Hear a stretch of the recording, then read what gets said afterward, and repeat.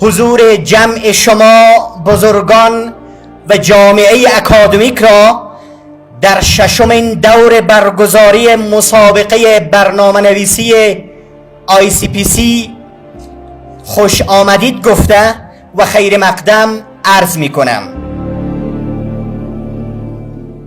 و گفته می توانیم این که یگانه کلید پیشرفت تمام جوامع اکادمیک، اقتصادی و تمام کشورهای دنیا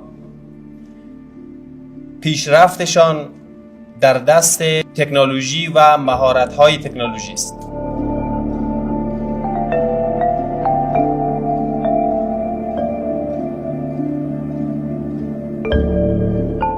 هیچ راه فرار در دنیای کنونی و در زندگی کنونی از تکنولوژی وجود ندارد. امروز تکنولوژی در حوزه طبابت هم خیلی کاربرد وسیع دارد. خوشبختانه علم تکنولوژی و پیشرفت اهمیت از او چنان هویداست که فعلا هیچ کس از او چشم پوشی کردن نمیتواند.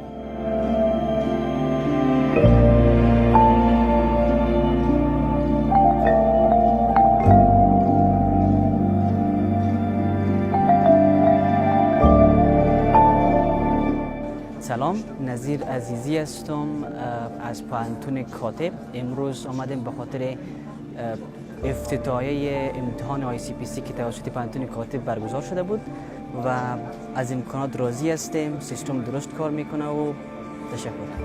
من حیدری ام کابل پولیتخنیک پانتون زکړیان بډاله کې نن غوړو دلته د ICPC په نړیوال پروګرام کې اشتراک کړی دی. به نام یاد خدا مصطفی کریمی هستم، کارمند تکنولوژی معلوماتی پانتون کاتب کمپاس برچی و همچنان تیم لیدر تیم تکنیک ICPC.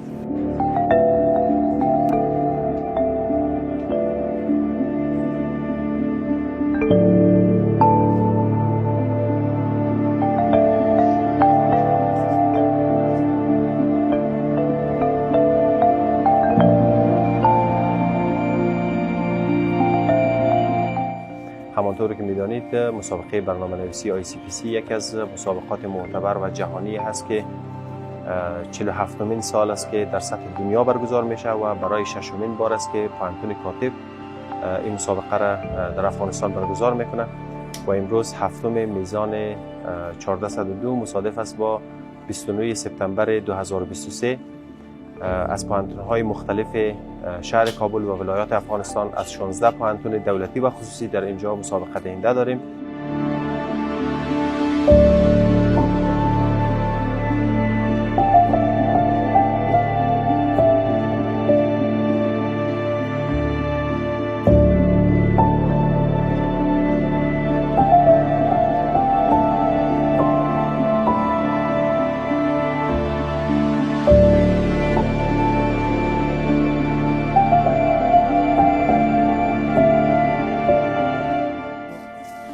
برای پانتون کاتب نفس برگزاری چنین مسابقه مهم است.